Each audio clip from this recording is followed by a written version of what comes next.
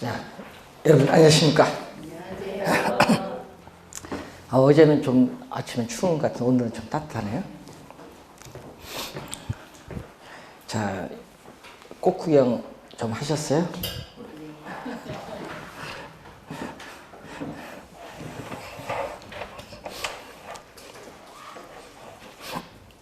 원래는 코로나 때문에 꽃 구경도 못하게 만들고 뭐 다들 그렇게. 이 대구 가면요, 지금 4월 초, 3월, 4월 가면요, 그 팔공산이라고 있거든요. 대구 가면은 팔공산 가면은 이제 우리 전국에서 어머님들이 오셔. 뭐 때문에 오신지 아시죠? 예? 비가 오셔. 수능 때문에 엄청 비가 많이 오시는데 그 이제 그 절이 있어요. 예, 근데 거기 오시면서 거기서 꼭 드시는 게 있어. 미나리에 고기는 싸우고 거기 미나리만 사서 거기서 이제 구워서 드시는데 그게 이번 코로나 때 이거 없어졌다. 그래서 또 오신 분도 없대요. 옛날 같으면 관계없이 와서 요 빌려 오는데 요즘 그것도 없어졌다고 하면서 야 이거 무섭긴 무섭구나. 그래서 어제 우리 친구분이 그 얘기 하더라고요. 잠실에서 김포공항 가서 제주도 출장 가는데 택시비만 32,000원 나왔다 가더라고요. 잠실에서 김포까지. 그런데 김포에서 제주 왕복 비행기표가 3만 원이래요. 택시비가 더 많이 드는 세상이 됐다고. 그래서 아주 우스갯소리 얘기를 해주더라고요. 그래서 야, 많이 비쌌네. 옛날에 왕복 6,000원이었는데. 하여튼 재미있는 사건들이 많습니다. 요즘 보면. 그래서 그런데 이제 우리 부동산은 이제 그 분양가의 규제의 상한제 지금 현재 실시 중에 있죠. 공공택지도 실시 중인데 이 주택 여러분 배우겠지만 주택법에 분양가 상한제가 있어요. 그래서 현재 실시 중에 있는데 이거 2년 전에 작년에 출제해서 또 3년 전에 출제를 했고 작년에 또 출제를 했는데 이 분양가 상한제를 적용할 때는 이 분양 가격이 중요하겠죠. 자, 이 분양가 상한제 우리 할 때 분양 가격은 땅 가격이 뭐죠? 우리 건축할 수 있는 토지가 뭐죠? 택지잖아요. 택지 비용. 땅이 있어야 되니까 여기에다가 뭐가 더 들어가야 돼? 이제 건물을 지어야 되니까 건축비. 이게 주택법에서 나오는 분양 가격이에요. 이걸 또 작년에 또 지문상에 출제했는데 이거 상식인데 주택법 공부 배웠으면은 택지비에 건축비를 대서 우리가 분양 가격을 정하게 돼요. 예? 이건 상식입니다. 이거 뭐 암결상이 아닌데 이런 걸 하면 이런 걸 갖고 정답 딱 체크하신 분은 이상한 거야. 예? 상식인데 땅이 있어야 되고 그럼 건물 짓는 비용이 있어야 될 거 아니에요. 그러니까 당연히 이건 당연한 건데 문제는 이 분양가 상한제, 분양가 규제잖아요.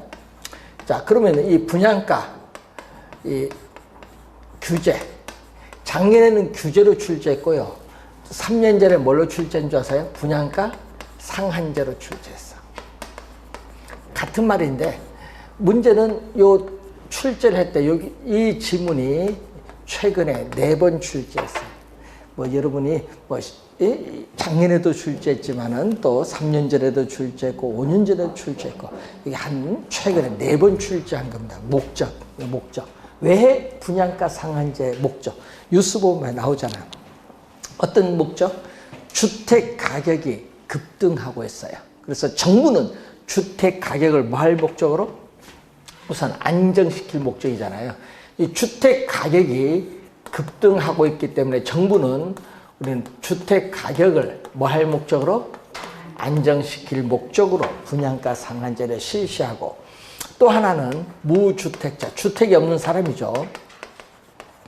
이 무주택자에 있어서 신규 분양하는 주택의 구입 가격을 부담을 낮춰준다, 완화시켜줄 목적으로 분양가 상한제를 실시한다. 이 두 가지를 시험에 제일 많이 내요. 목적은 우리가 하여튼 나오면은 계속 출제를 하고 있어요. 자, 그럼 이 목적하에 분양가 상한제를 실시하는데 우리나라는 주택법에 지금 규정이 되고 있다는 거 염두에 두시면서 자, 그러면은 임대료 규제를 배우셨잖아요. 그러면 수요 곡선은 일반적으로 우하향하고 공급 곡선은 일반적으로 우상향을 한데 수요와 공급이 만나는 점이 바로 뭐가 돼요? 우리 균형 가격. 근데 시험 문제에 우리 균형 가격인데 19회 시험에 이걸 시장 가격으로 출제했더니요. 또 처음 들어봤다. 이렇게 나와. 여러분 용어를 좀 바꿔서 좀 어렵게 출제를 하려고 하는 거잖아요. 균형 가격을 우리 뭐라고 배웠었죠? 시장 가격이잖아요. 근데 이 가격이 너무 높다. 그렇기 때문에 이 가격보다 뭐 낮은 수준에서 규제를 하지. 낮은 수준에서 규제를 하는 거예요. 그러면 이 가격, 분양가 규제는 이 가격 이상 받는 것을 법으로 금지시키는 제도예요. 되겠죠? 법으로 허용하는 이 가격 이상 받도록 못하도록 하는 제도다. 그럼 이 빨간 선이 법이 허용하는 범위 내에서 받을 수 있는 최고의 가격이다. 시험 문제 주의해야 돼. 이게 최고 가격이고 또 무슨 가격? 분양 가격의 상한선이야. 상한 가격. 그래서 최고 가격 또는 무슨 가격? 상한 가격이라고 해. 그럼 시험 문제는 뭘로 출제하겠어요? 최저 가격, 하한 가격. 균형보다 밑에 있다가 하한으로 출제할 거 아니야. 하한 가격이 아니고 최저 가격이 아니라는 걸 주의하셔야 돼. 최고 가격이다. 자, 그러면은 분양가를 규제하면요. 아파트를 분양받는 사람은 이 가격 차이만큼 어떻게 돼요? 이득을 얻죠. 시세 차익, 전매 차익을 누리기 때문에 뭐는 수요는 이만큼 뭐 한다? 증가를 해요. 예? 자, 여러분이 지금 현재 시장에서의 거래되는 시장 가격은 평당 우리가 4천만 원인데 분양 가격을 2천만 원 하면 분양받으면 얼마, 평당 얼마 벌어요? 2천. 그럼 30평 아파트면 얼마? 6억이잖아요. 분양 가격 차이로만 6억이에요. 근데 문제는 그 가격 차이가 이제 시간이 경과하면서 또 오르면 더 차이가 벌어지겠죠?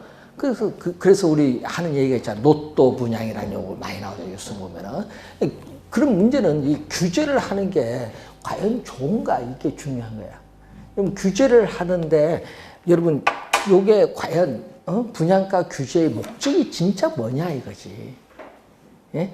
여러분, 주택 가격 안정 요 두 목적 중에 우리는 어디에 초점을 맞춰야 돼? 예? 무주택자 여기 초점인데 이건 필요 없어. 주택 가격 안정에 초점 맞추지 정부는. 그러니까 여러분 분양가 상한제를 실시하면요, 예? 중상층은 아파트를 분양 못 받는다 이 말이에요. 왜? HUG에서 보증을 안 해준다는 얘기예요. 여러분 대출 보증을. 여러분 아파트 분양 받으면 대출 보증 해야 될 거 아니야. 근데 안 해주면 여러분 현금 있어야 돼. 그럼 현금 7억 있어요? 아파트 분양하면 현금 7억 있냐? 없죠. 그럼 없으니까 누가 분양받아? 현금 7억 있는 고소득층이 현금 7억 주고 바로 사. 뭔지 아세요? 이번 보세요. 서초구 잠원 아파트 분양하는데, 예? 돈 없는 사람은, 야, 내가 84점 된다. 예? 84점 되는데 신청을 못해. 왜 못해요? 돈이 없으니까. 신청하면 나는 받는데 못해. 왜? 보증 안 해주니까.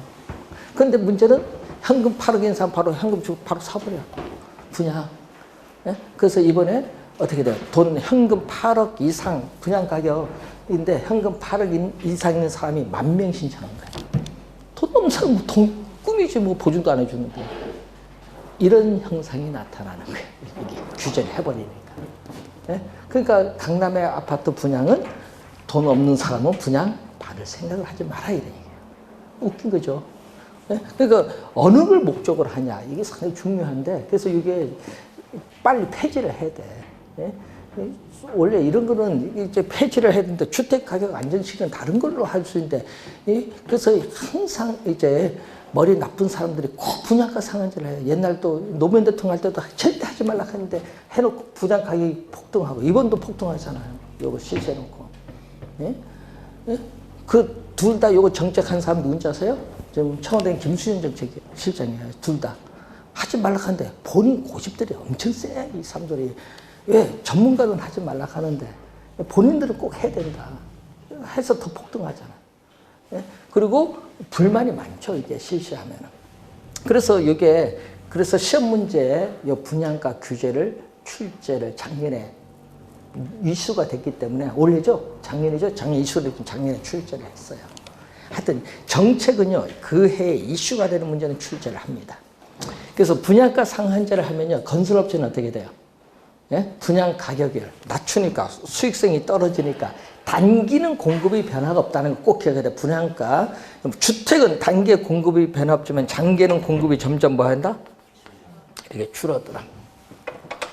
그래서 장기적으로 건설업체는 수익성이 악화되기 때문에 주택 공급량은 줄어들어. 공급은 이 정도밖에 안 되는데 사에서 필요한 양은 이만큼이니까 장기적으로 이만큼에 뭐가 발생한다? 시험 문제 제일 많이 나온 게 요거죠. 초과 공급에 초과 수요에. 초과 수요. 수요량이 공급량보다 더 많잖아요. 이것을 우리 시험 문제는 초과 공급으로 출제를 많이 하는 거예요. 초과 수요가 발생을 해요. 그러면 이만큼 주택이 부족하니까 이 초과 수요자들의 경쟁에서 뭐가 발생한다? 암시장이 형성이 돼요. 그러면은 이 공급량 수준에서 초과 수요자들의 경쟁에 의해서 이론적으로는 요 수요 곡선과 만나는 점까지 기꺼이 지불할 용의가 있어요. 이게 바로 뭐죠? 암시장에서 형성되는 가장 높은 가격이에요. 그러다 보니까 암시장 가격, 규제 가격, 분양 가격이 두 개 생기는 거예요. 그래서 우리는 장기적으로 우리는 뭐에 분양 가격이란 이중 가격이 형성이 되는데 이 가격 차이를 우리 뭐라고 해요? 이 가격 차이를 여러분 뉴스에서 여러분 많이 얘기하죠. 프리미엄.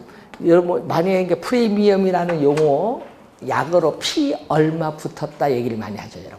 피 얼마 많이 얘기하죠. 피가 바로 프리미엄이야.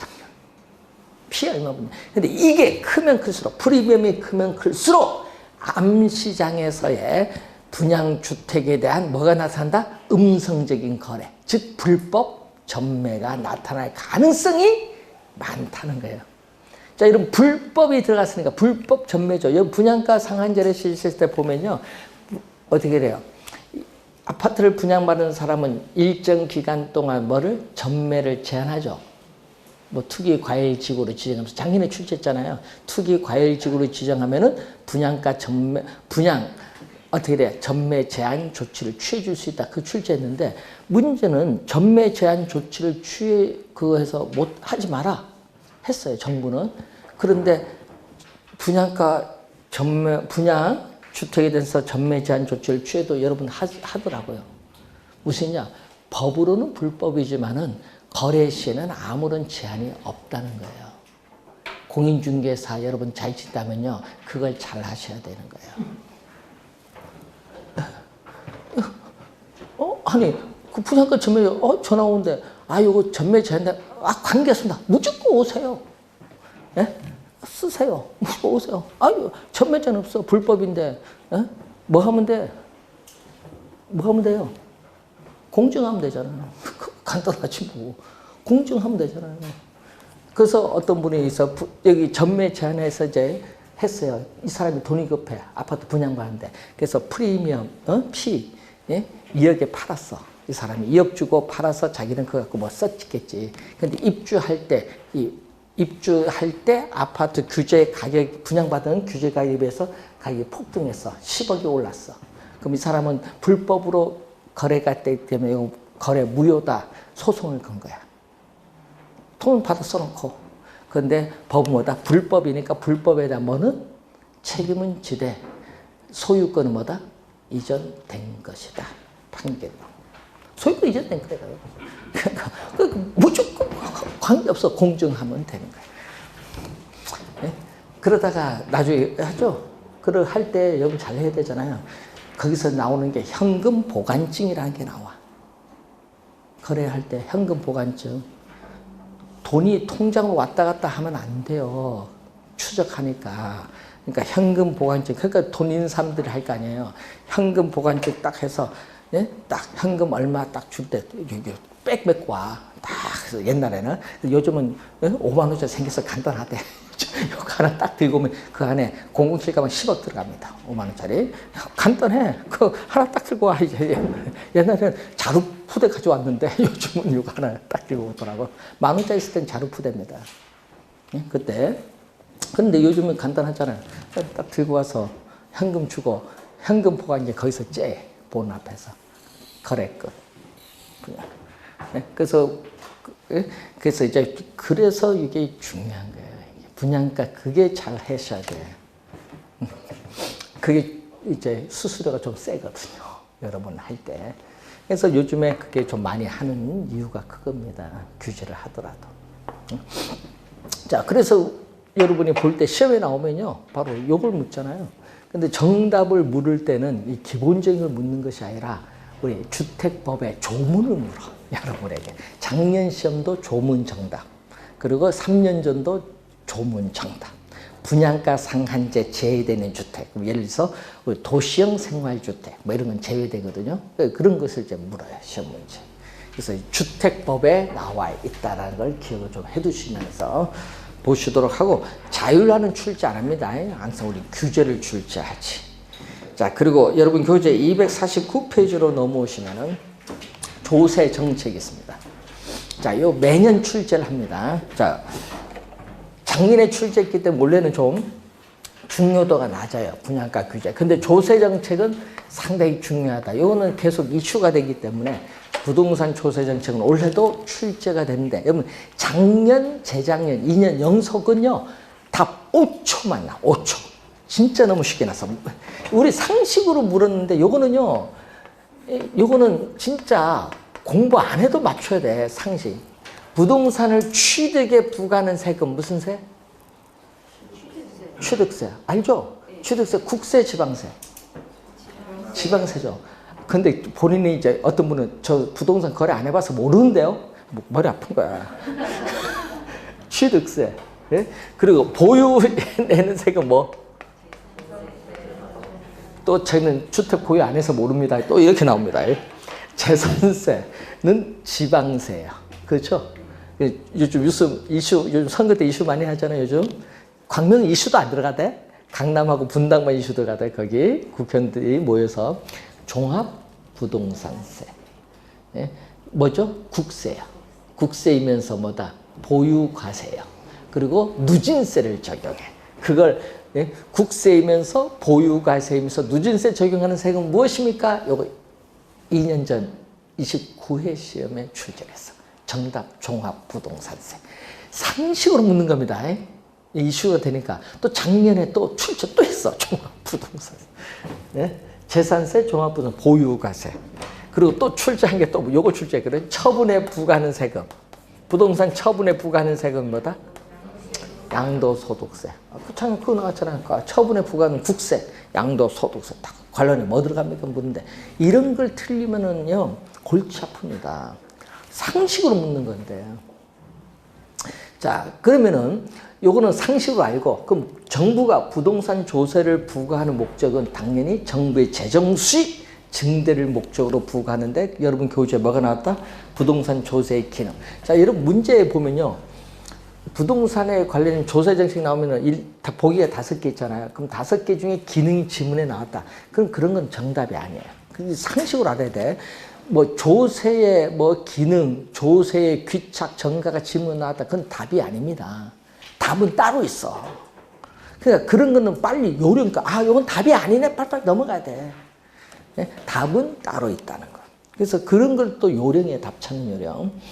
자, 그래서 이 정부가 부동산의 조세를 민간에 부과를 하면요, 이 공공부문, 민간부문 사이에 자원을 배분하는 기능을 가져. 민간은 비싸고 공공은 싸니까 공공 쪽으로 이전을 할 거 아니에요.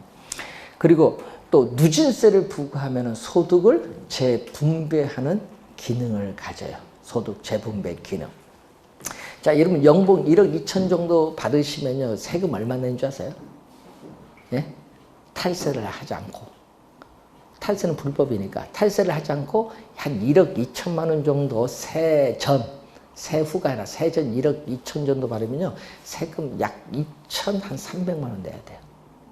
세금. 예? 비싸죠? 세금 내야 되지. 예? 근데 문제는 월급쟁이는 원청 징수되니까 아깝지. 그러니까 이분들은 머리 아픈 거야. 원청 징수를 안 해서 요거 하는데 세금을 갖고 안 내는 방법 뭐냐? 연구를 하게 되지. 예? 그래서 뭐를 해? 렌터를 하지. 리스를 하든지. 예? 본인들이. 예? 그럼 세금 갖고 이제 차를 운전하는 거예요. 여러분도 공인중개사 사무소 하면은 사업주가 되죠. 그러면 어떻게 돼? 자동차를 뽑아야 된다. 그럼 리스하면 돼요. 리스하면 뭐다? 세금 낼 필요가 없지. 다 비용 처리 시켜버리면 되니까. 네? 근데 문제는 돈을 벌면 되는데 못 벌면 이제 골치 아픈 거지. 근데 뭐 벌겠죠. 네? 그러니까 리스 처리를 하면 되는 거예요. 자, 그래서 요즘에 보면요, 이제 그런 걸 이제 봤을 때 부동산 조사가 진짜 비싸요. 그래서 그런 것도 있고 또 돈 많이 부신 분은 누진세를 또 적용해서 비싸요. 왜? 세금을 더 많이 걷어가니까 뭘 한다? 우리는 소득을 재분배하는 기능을 가져요.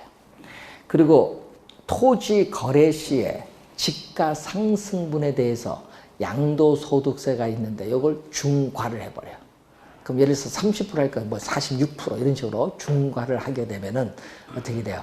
우리는 토지에 있어서 투기를 뭐 한다? 억제할 수 있고 또 지가를 뭐 한다? 안정시키는 기능도 가져요. 중과를 하면은. 자, 그리고 호화주택에 대한 건축을 억제하기 위해서 세금을 뭐 한다? 중과를 하기도 하고 또 임대주택 건설을 촉진하기 위해서 임대주택 지을 때는 세금을 뭐 감면시켜줘. 그러면은 어떻게 돼요? 임대주택 건설이 더 많아지겠죠? 호화주택 건축은 좀 억제되고 그래서 주택 문제를 해결하는 기능도 가지고 있어요. 주택 문제 해결하는 기능. 근데 이런 문제들이 지문에 나오면 이건 답이 아닙니다. 답이 아니니까 신경 쓰지 마시고.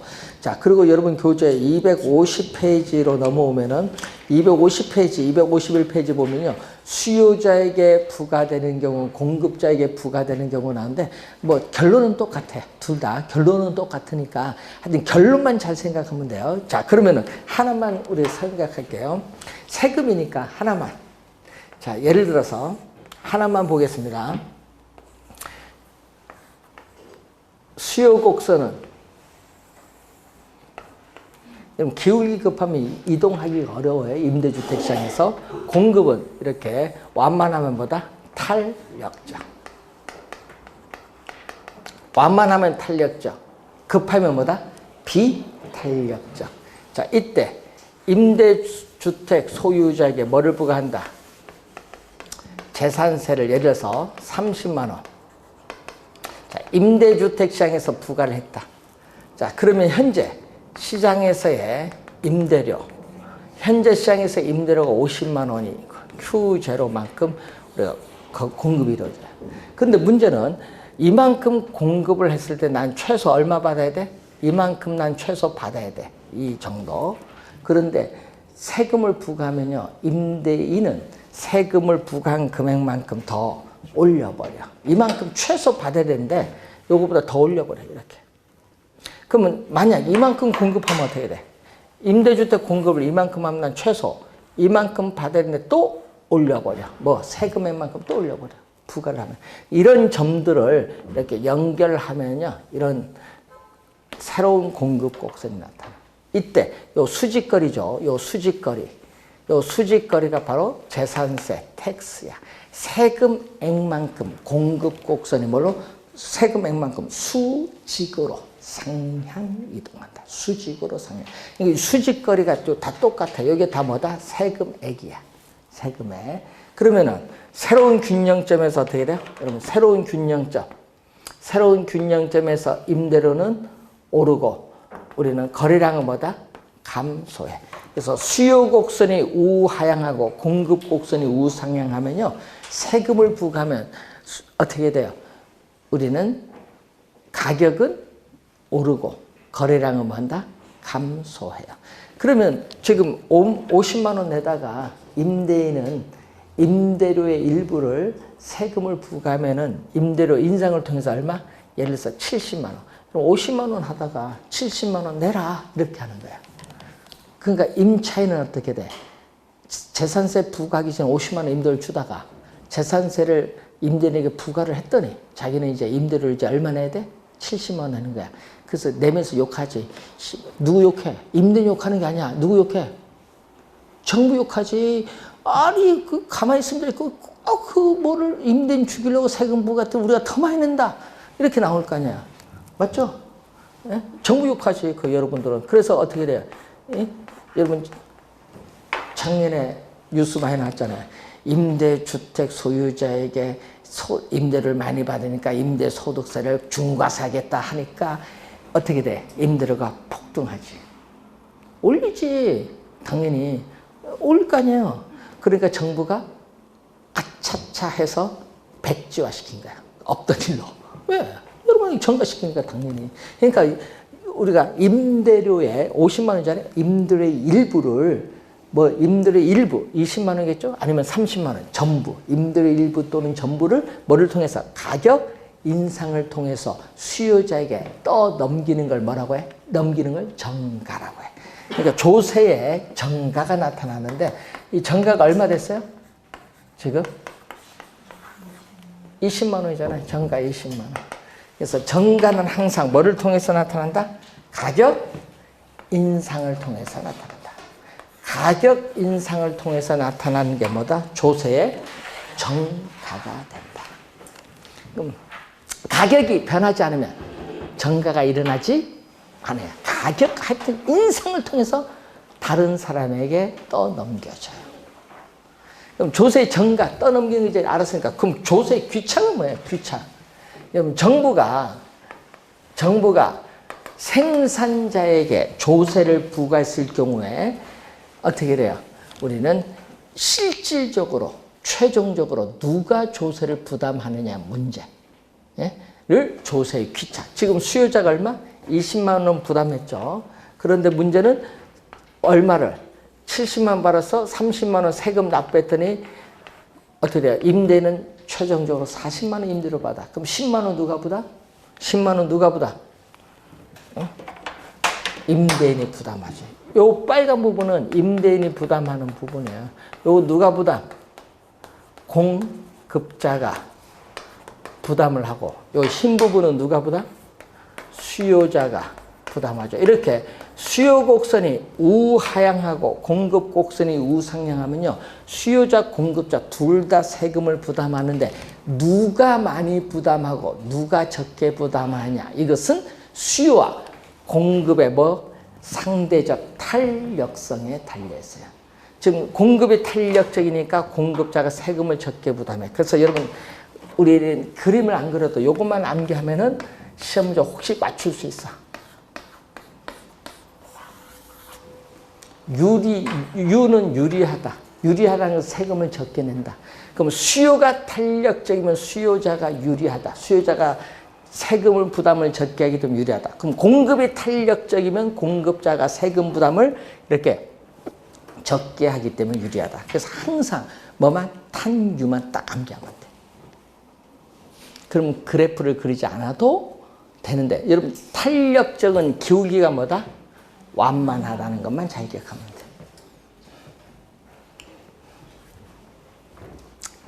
그러면은 세금을 부과하면요. 요 노란 부분이 있거든요. 이 노란 부분, 요 부분이 있거든요. 이 노란 부분은 세금 부과하면 사회적으로 없어져요. 사회적으로 세금 부과하면요. 소비자도 손해보고 생산자도 손해보면 사회적으로 없어지는 부분이 나타나요. 이것을 우리는 전문용어로 이걸로 출제하되 시험 문제는 경제적 순손실. 없어진다. 죽었다. 데드. 원어는 요거거든요. 로스는 손실인데 죽어버렸다. dead weight loss라고 해. 이걸 번역을 뭘로 했다? 경제적 순손실이라는 용어를 번역하네. 세금 부과하면 여기 사회에서 없어져 버려요. 그래서 세금 부과하면은 가끔 이렇게 나오거든요. 정부가 부동산의 조세를 부과하면은 사회적 후생의 손실을 가져올 수 있다. 왜? 이게 사회적으로 요 노란 부분은 없어지기 때문에. 그런 지문도 이제 많이 출제를 하는 거죠. 자, 그 내용 여러분이 252페이지의 그림을 보면 경제적 순손실이라는 용어가 거기에 이제 나와 있는 부분이 되죠.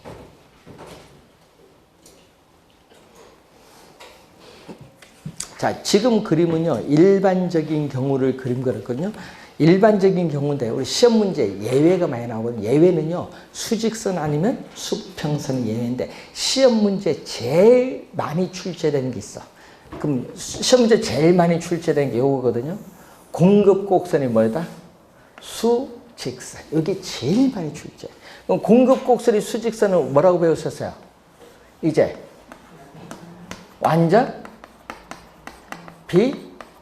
비탄력적이라고 배우잖아. 완전 비탄력적일 때 뭐를 가진다? 수직선. 이거 많이 배웠잖아요. 그러면 공급이 고정됐을 때는 어떻게 돼? 공급이 고정됐을 때 세금을 부과하면요. 공급 곡선이 세금액만큼 수직으로 상향 이동이 안 돼. 왜? 공급이 뭐가 됐기 때문에? 고정돼서. 공급이 고정됐기 때문에 이동을 못 해. 공급 곡선. 그럴 때 가격은 그래서 변화가 있다 없다? 가격은 변화가 없겠지. 가격은 변화가 없어요. 그래서 가격은 뭐다? 변화가 없다. 가격은 변화가 없어요. 그럼 가격이 변화가 없으면 어떻게 했죠? 아까 가격 인상을 통해서 조세는 전가됐는데 가격이 변하지 않으면 수요자에게, 또 시험 문제 많이 나오죠? 수요자에게 가격 인상을 통해서 조세를 전가시킬 수 있다 없다? 없다. 요것도 시험에 많이 나오거든요. 이 질문도. 또 이 질문도 많이 나오지만 또 3년 전에 정답이 또 여기서 정답이죠. 누구? 그럼 세금 누가 다 내야 돼? 네? 공급자. 공급자가 누구? 토지 소유자인데 요걸 출제를 한 거죠. 공급자. 공급자가 조세를 전액 부담한다. 이렇게 예외는요. 이렇게 두 사람이 부담하는 것이 아니라 예외는 한 사람만 부담하는 게 예외예요. 수직선, 수평선이 나오면 한 사람만 부담한다. 예외적인 경우. 시험 문제 요거 제일 많이 출제하는 거. 여기 제일 많이 내요. 그리고 요거 다음에 또 많이 내는 거. 요거 다음에 많이 내는 거. 여기 제일 많이 내고 두 번째 많이 출제하는 거 요거. 자, 수평선은 뭐라고 배우셨죠? 완전 탄력적. 자, 이렇게 주어졌잖아요. 자, 그럼 세금을 부과하면 어떻게 돼? 세금을 부과한 금액만큼 공급 곡선이 수직으로 상향 이동하죠. 그럼 이게 새로운 균형점에서 가격은 또 변하지 않죠. 새로운 균형점에서도 가격은 변하지 않으니까 또 수요자에게 가격 인상을 통해서 조세를 전가시킬 수 없다. 그러니까 누가 다 부담? 공급자가 조세를 전액 부담하는 거. 여기 제일 많이 내고요. 그 다음 두 번째 많이 내는 질문. 시험이 이렇게 내요. 그림으로 내는 게 아니잖아요. 어떻게 내요? 수요가 완전 탄력적인 경우 이렇게 나오잖아요. 또는 공급, 여러분 요거 시험 문제 완전 비탄력적 안 냈거든요. 시험 문제 뭘로 낸 줄 아세요? 토지 공급의 가격 탄력성이 얼마? 제로의 경우 이렇게 출제했어요. 시험 문제. 토지 공급의 가격 탄력성이 제로인 경우 이렇게 나왔어요. 그럼 뭐다? 아, 완전 비탄력적인 수직선이구나. 말을 막 바꿔버려요. 여러분 어렵게 되려고. 요게 제일 먼저 많이 나오고요. 그럼 두 번째. 밑에는 한 번도 낸 적이 없다. 밑에는. 그럼 한번 볼까요? 2번은 어떤 경우? 수요 곡선이 완전 비탄력적이다. 자, 이때 세금을 부과하면 어떻게 돼요? 세금을 부과하면은 세금액만큼 공급 곡선이 또 수직으로 상향 이동하죠. 그럼 이 점에서 어떻게 돼요? 가격이 오는데 여기 세금이죠. 요 수직거리가 세금인데 이 세금 전부가 100% 가격 인상을 통해서 누구에게? 100% 수요자에게 전가됐어. 그러니까 누가 다 내야 돼 이때는? 네, 수요자. 이때는 수요자가 조세를 전액 부담. 이때는 수요자가 조세를 전액 부담하는 경우.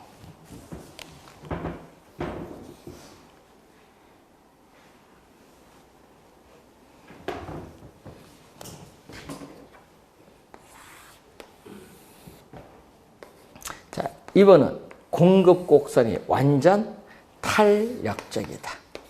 자, 이런 경우에 또 세금을 부과하면 어떻게 돼? 세금을 부과하면 또 세금액만큼 공급 곡선이 뭘로?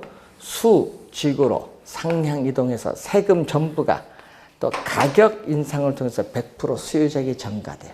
수요자가 조사를 전에. 요건 밑에는 수요자가 조사를 전에 부담하는데 요거는 한 번도 출제된 적은 없어요. 한 번도 지금까지. 출제는 요 우에서 출제인데 그 중에서 왼쪽이 제일 많이 냈다. 요게.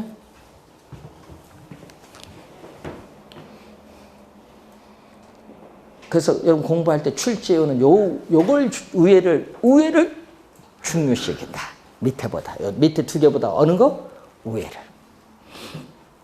그 중에서도 어느 거? 왼쪽 요거. 출제위원들은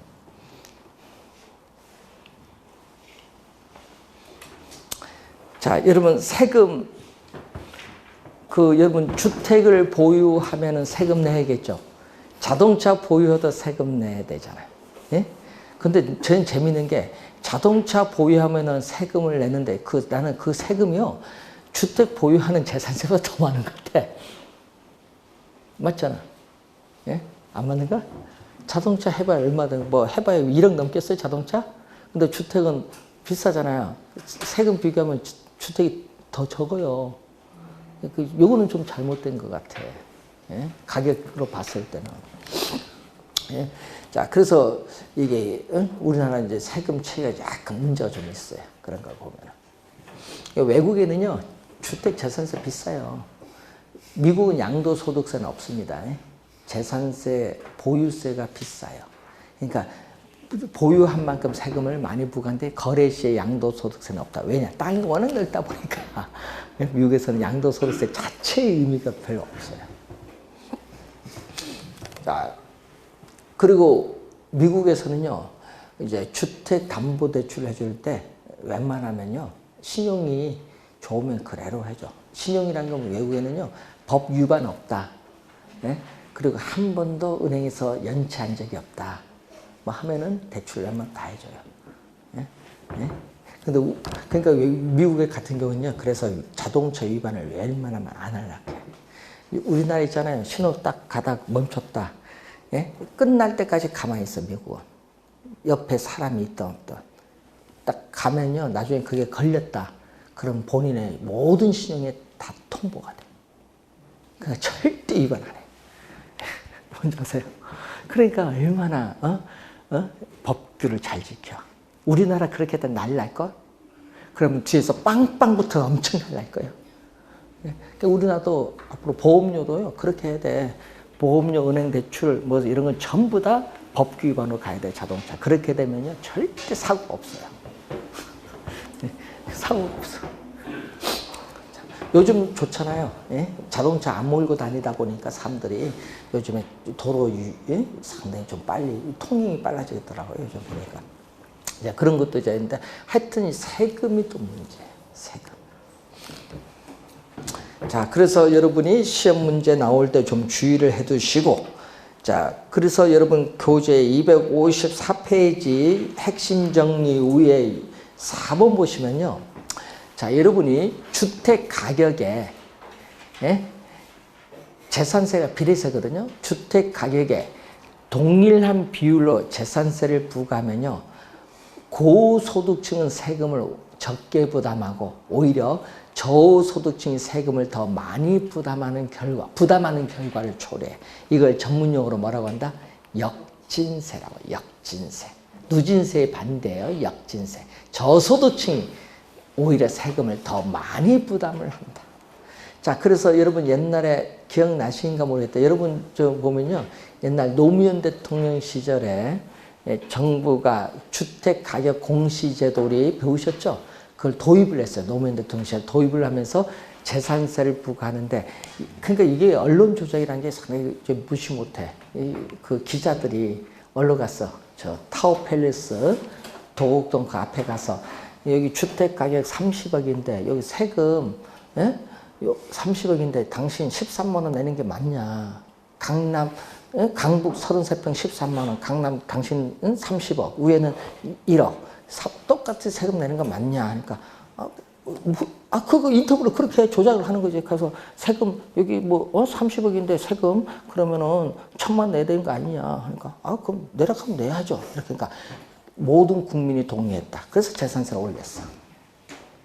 아세요? 그래서 그때 재산세를 딱 올린 날랐지. 왜? 모든 국민 동의는 뭐 해? 가서 언론 조작을 한 거지. 그래서 그때 당시 올렸잖아요. 재산세를 올렸는데, 그럼 예를 들어서 소득 3천만 원 내는 사람이 재산세를 100만 원 내는 거와 소득 1억 사람 1억이 100만 원 내는 거 다릅니다.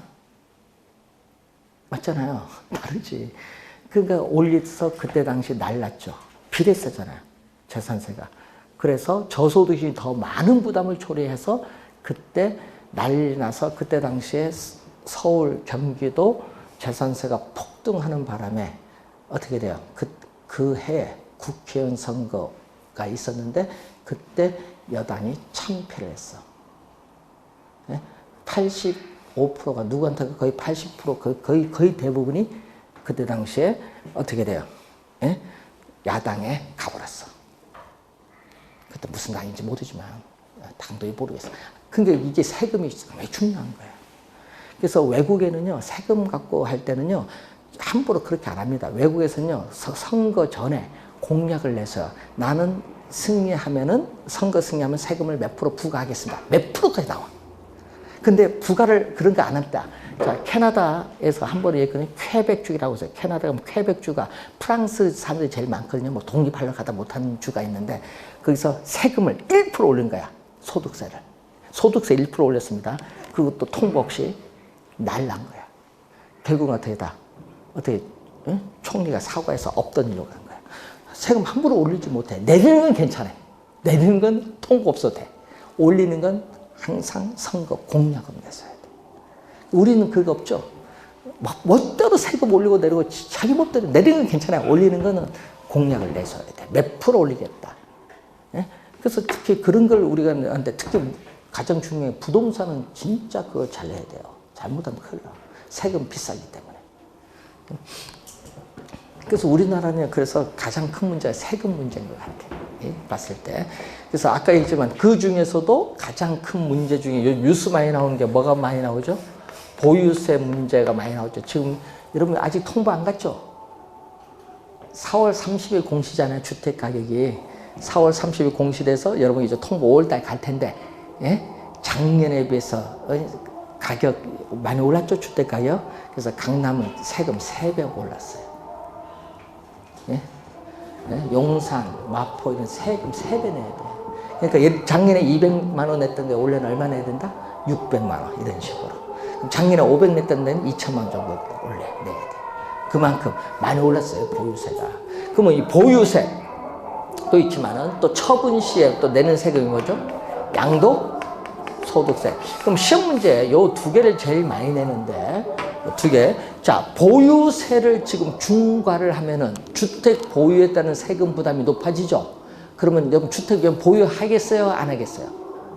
안 하죠. 그럼 주택 보유 안 하는 걸 말을 좀 바꿔요. 자가 주택에 대한 소유욕이 많아진다, 적어진다. 적어지면 수요가 보유하고자 하는 주택 수요는 감소하죠. 그걸 출제하는 거예요. 보유세가 강화되면 주택 수요는 증가한다, 감소한다? 그걸 출제하는 거예요. 우선은 그런 식으로 출제하는 거예요.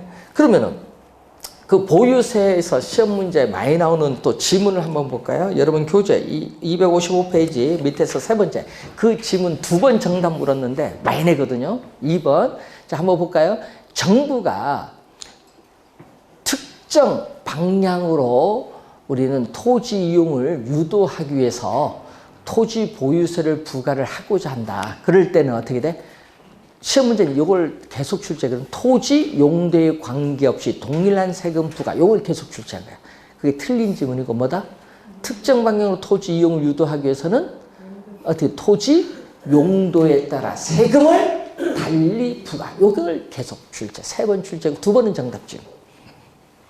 토지 용도에 따라 세금을 달리 부과해야 된다는 거 꼭 기억을 해 두셔야 됩니다. 자, 그 우선 많이 출제되고, 자, 여러분 넘어옵니다. 넘어오면은 헨리 조지가 나와요. 256페이지 위에 보시면은 헨리 조지라는 학자는 진보와 빈곤이라는 저서를 통해서 이렇게 내요. 자, 정부가 토지에서 발생하는 지대에 대한 수입에 대해서 100% 징세, 세금으로 징수한다면 이 100% 세금을 징수하면 그 조세 수입이 정부의 재정 지출을 충분히 충당할 수 있다고 주장을 언제? 1870년에 지금으로부터 150년 전에. 그때는 국방 치안밖에 없잖아요. 국가 역할은. 그러다 보니까 어떻게 돼요? 토지 세금 외에, 토지세 이외에, 뭐 소득세, 법인세, 토지세 이외의 모든 세금은 다 없애자. 철폐하자고 주장한 학자가 누구? 헨리 조지. 그래서 토지에 대한 뭐를 주장한다? 단일세를 주장한다. 토지에 대한 뭐를 주장? 단일세를 주장한다. 그래서 자, 우선 헨리 조지는 요거 하나 있고 또 시험에 많이 나오는 용어가 요거죠. 완전 비탄력적인 공급 곡선을 가진다. 그럼 공급이 뭐가 돼요? 고정됐죠. 이때 정부가 토지 보유세를 부과를 하면은 공급은 고정됐기 때문에 공급은 변화가 있다 없다? 없죠. 공급이 고정됐는데 공급은 변화가 없지 뭐. 그래서 토지 세금을 부과하면 공급량이 줄어들어야 되는데 공급은 변화가 없다. 공급은 고정됐다. 토지 공급량은 변화가 없어요. 불변. 이게 포인트죠. 토지 공급량은 불변, 변화가 없다. 그렇기 때문에 토지 공급량은 변화가 없기 때문에 우리는 자원, 배분의 왜곡. 공급량 자체가 세금을 부과하기 전과 똑같다 보니까 자원 배분의 왜곡을 우리가 초래하지 않는다. 이때 우리는 뭐가 발생한다? 토지 세금의 중립성이 나타났다. 토지 세금의 헨리 조지는 중립성이 나타났다고 하고 이때 세금을 뭐라고 해요? 헨리 조지는 이때 세금 자원 배분의 왜곡을 초래하지 않은 세금을 효율적인 뭐다? 효율적인 세금. 자원 배분의 왜곡을 초래하지 않는 세금을 뭐라고 한다? 효율적인 세금이라고 헨리 조지는 주장을 했어요. 그러니까 시험 문제는 헨리 조지는 요 두 가지 견해를 출제로 우선 많이 하고 있고요. 자, 양도소득세 또 시험 문제 나오는 건 요걸 계속 출제하거든요. 자, 주택 가격이 급등하고 있어요. 그래서 정부는 주택 가격을 또 안정시킬 목적으로 양도소득세를 중과를 했어. 중과. 뭐 예를 들어서 뭐 46% 거래하면 50% 내도록 만들었다. 그러면 어떻게 돼? 주택 소유자는 주택을 처분하면은 양도소득세를 많이 내야 되니까 처분을 하려고 하지 않죠. 계속 주택을 뭐다? 처분하지 않고 계속 보유를 하고자 합니다. 그러다 보니까 주택 팔려고 내는 공급이 있어져요? 없어요? 없어요. 점점 줄어들지. 그래서 팔려고 내놓은 주택 공급이 점점 줄어드는 거. 이걸 뭐라고 해요? 거기 동결 효과. 주택 공급에 동결 효과가 발생해서 오히려 뭐다? 주택 가격이 뭐한다? 상승할 수도 있다. 그러니까 주택 가격을 정부가 안정시킬 목적으로 중과를 했더니 오히려 주택이 더 급등해버려. 요게 여러분 노무현 정부 시절 그리고 우리 문재인 대통령 시절 지금 주택 가격이 급등한 이유가 요거예요. 요것도 하나의 이유가 돼. 중과를 했었더니. 요거에다가 또 임대주택 문제 걸렸거든요. 그래서 문재인 대통령 두 가지 이유거든요. 아까 요거 양도소득세 중과 하나와 임대주택 있죠. 세금 감면해주겠다, 대출 더 해주겠다, 임대주택에서 임대주택 공고하다. 그 사람들은 4년, 8년, 단기, 장기 팔지를 못하잖아요. 공급이 안 되죠. 못 파니까. 박탈당하니까 등록을 했잖아요. 임대주택 사업자. 그러니까 이제 공급이 안 돼서 서투시 가격이 공급은 안 되고 팔지도 안 하고 수요는 집중되고 그럼 가격이 급등한 거예요. 두 가지 이유로. 정책 잘못 짠 거지. 그래서 하여튼 그런 걸 보는데 그래서 이게 그래서 양도소득세 중과는 좋은데 문제는 중과를 했더니 더 부작용이 더 심각하더라 이게. 하여튼 정책은요 긍정적 효과도 있고 부정적 효과도 있는데 긍정적 효과보다 부정적 효과가 더 크게 나타난다. 그럼 생각을 좀 해봐야 돼. 뭘로 가야 돼? 항상 긍정적 효과를 많이 가도록 가야 되는데 그래서 정부는 하여튼 그런 의미 없이 무조건 어떻게 돼요? 우리는 고소득층 대상으로만 하다 보니까 부작용이 심각한 거죠. 그래서 정책이라는 게 그래서 시험 문제 나올 때는요. 이 조세 정책에서 또 매년 한 문제 출제를 합니다. 올해도 출제합니다. 잘 확인 좀 해두시고요. 자, 잠시 쉬고 자, 여러분 투자 이론 들어가도록 하겠습니다. 자, 투자의 개념은 우리가 많이 봤기 때문에 259페이지 지렛대 효과 한번 확인하도록 하겠습니다.